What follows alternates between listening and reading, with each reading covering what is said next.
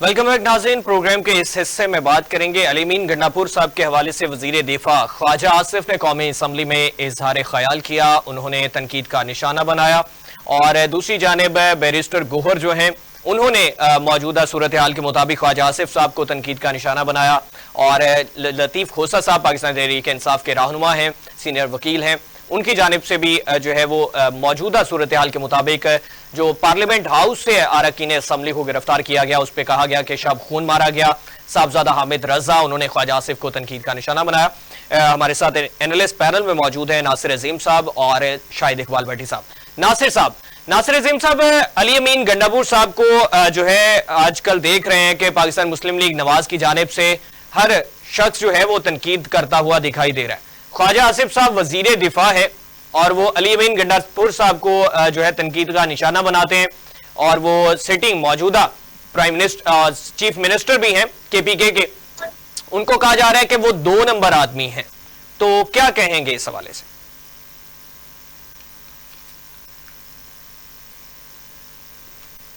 ये भट्टी साहब बात ये है कि जहां तक आप गंडापुर साहब की बात करते हैं ना, अलीमीन गंडापुर साहब की जो उन्होंने बेसिकली स्पीच की वहां से ही अपने मामलात को बिगाड़ दिया और अपने मामलात को इतना डाइवर्ट कर दिया, अपने हवाले से जो कॉन्सेप्ट था मजीद खराब किया। गंडापुर साहब को इस तरह की स्पीच नहीं करनी चाहिए थी। किस तरह की स्पीच नासिर अजीम साहब? देखिए ना, जो वो जो अल्फाज अदा किए उन्होंने डायरेक्ट साबिक अफसरान के हवाले से जिक्र करना शुरू कर दिया। उसके अलावा जो लोग तनकीद कर रहे हैं इन्होंने मौजूदा सिटिंग लोगों को जो है वो इसी तरह के जो है लकब दिए हैं और इसी तरह की गुफ्तगू की है। ख्वाजा आसिफ साहब देखिए, मैं पार्लियामेंट हाउस के अंदर खड़े होकर कहते हैं आर्मी चीफ की टांगे कांप रही थी, माथे पे पसीना था। यही ख्वाजा आसिफ साहब कहते रहे।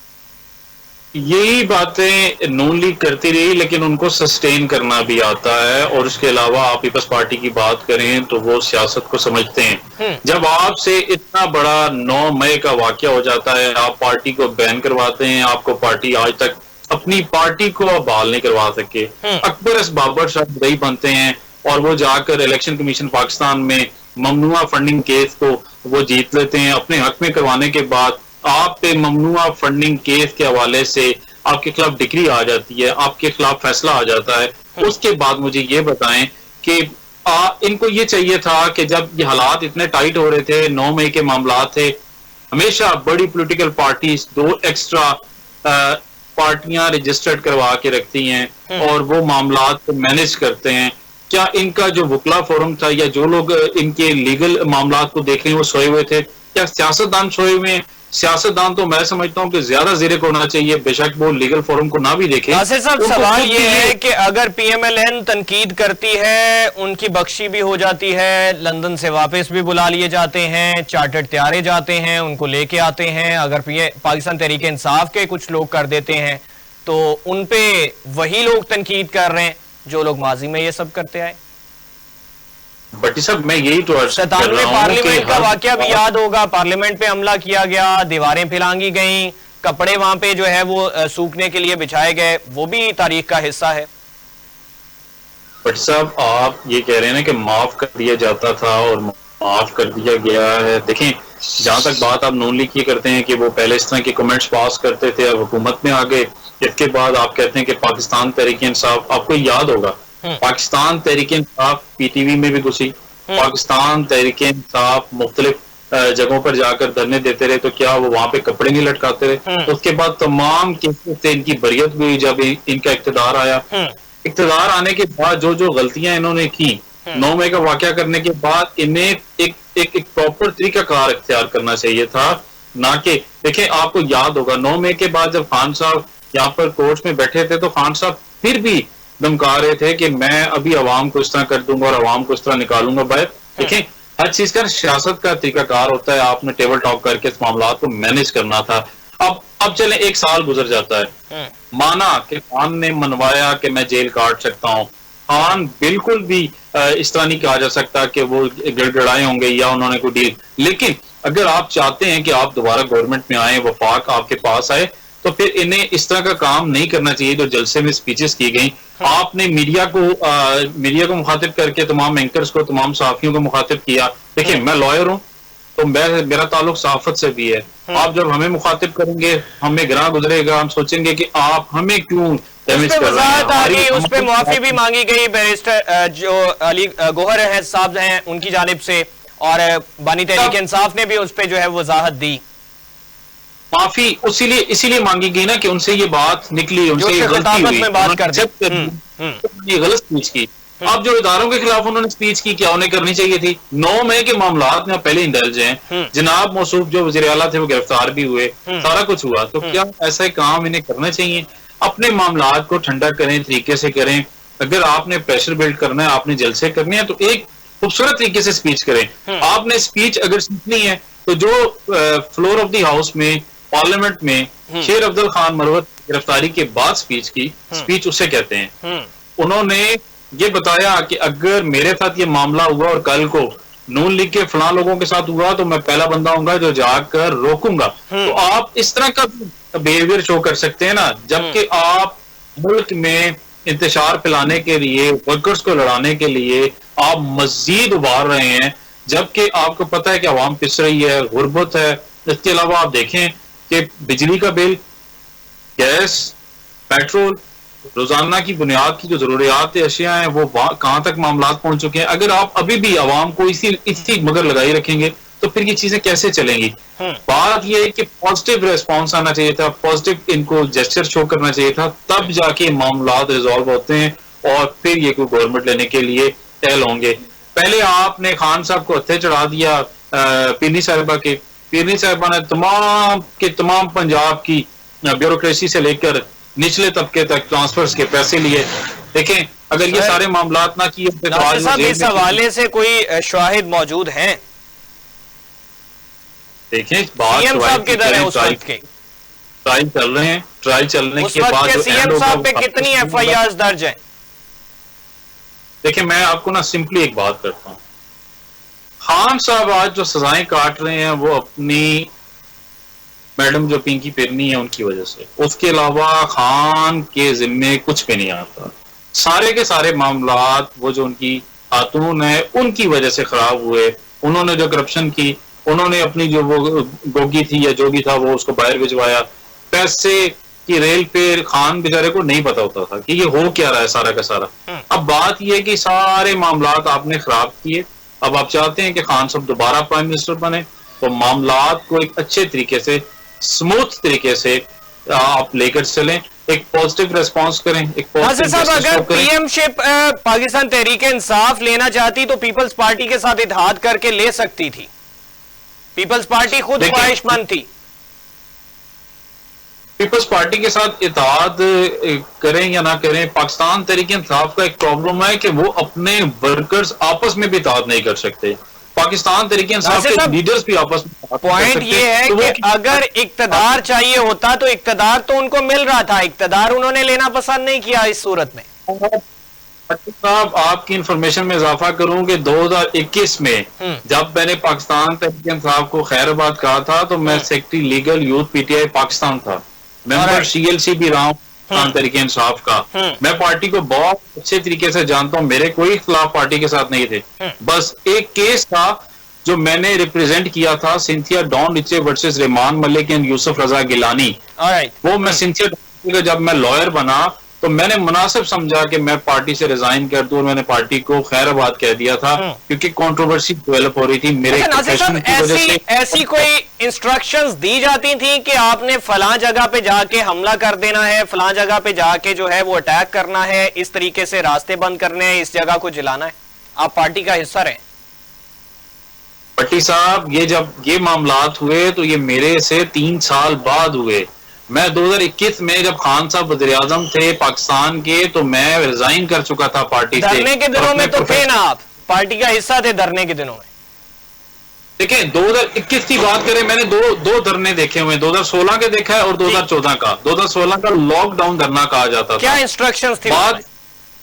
इंस्ट्रक्शंस की बात करें तो मेरे टाइम तक तो इस तरह की खास बात ऐसी मैंने नहीं सुनी, लेकिन मेरे बात ममनुआ फंडिंग केस में जो कुछ सामने आया, क्योंकि वो अंदर की बातें थी, हर चीज तो वर्कर्स के साथ या पार्टी के अहदेदारान के साथ शेयर नहीं की जाती थी। अकबर एस बाबर जो बानी रहनुमा थे, उन्होंने जब ये केस फाइल किया वो मुद्दई बने, और अकबर एस बाबर साहब ने उस केस को अपने हक में जब करवाया, ममनुआ फंडिंग केस का फैसला आया और वो साबित हो गया, तो वो मैं बताना चाहूंगा कि उसी से फिर चीजों का इंकशाफ होना शुरू हो गया।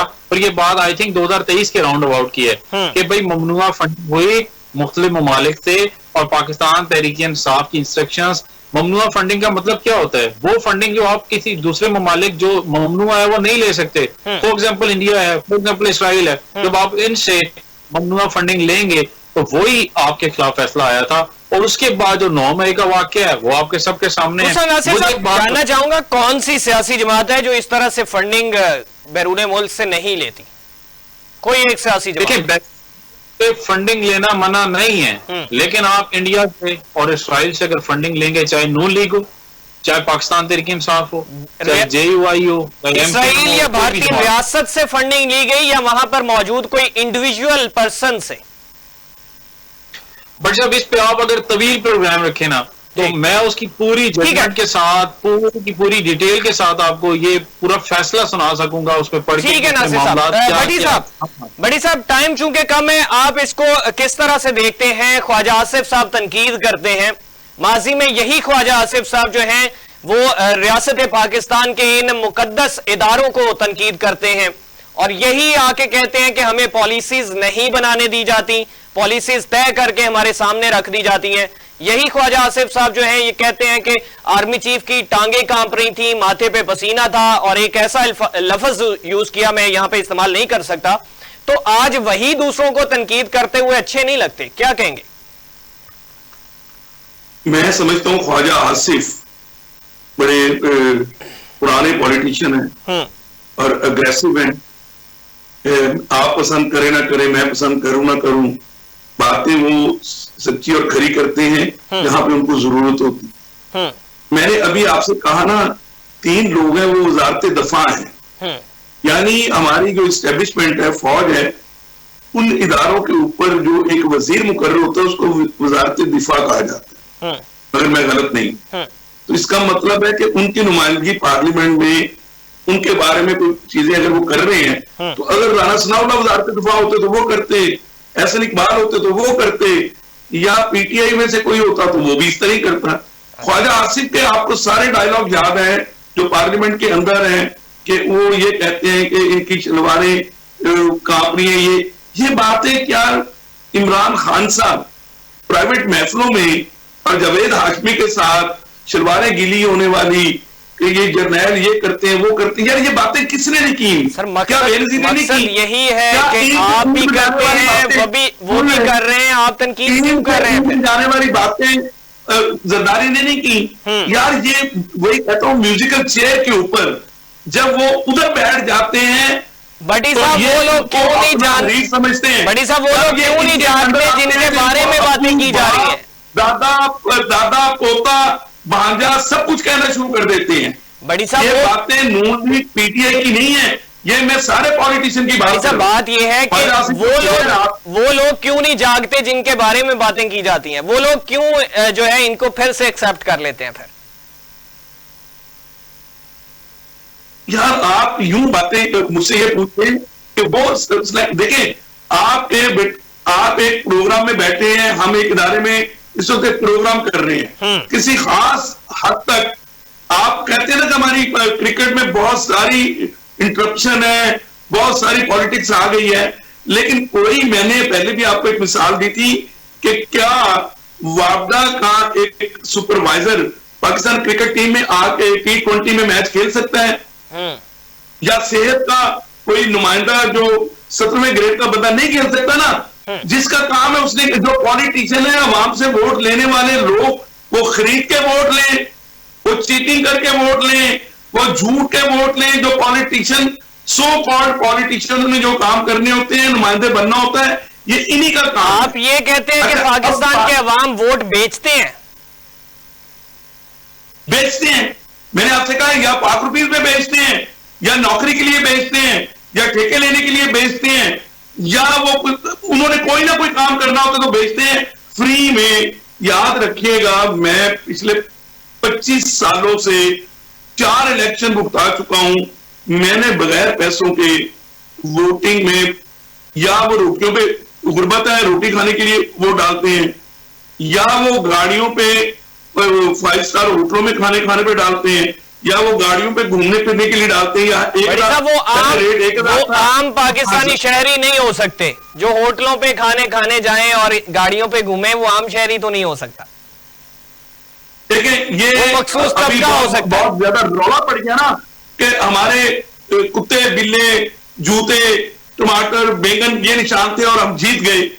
तो अगर वो जीतने वाली रेशो इनकी है कि इनको अल्लाह ताला ने लोगों को इतना शौक दिया कि फॉर्म 45 पे अगर ये जीत चुके हैं, अगर ये अब फॉर्म 45 पे जीत चुके हैं और फॉर्म 47 वाले गलत तरीके से गवर्नमेंट में बैठे हुए हैं, तो 2018 में वो आरओ वो फॉर्म 47 कह लें, फॉर्म 45 कह लें, ये म्यूजिकल चेयर है। आप मेरी बात को समझ नहीं रही। मैं कह रहा हूं सारे पॉलिटिशियन एक जैसे हैं।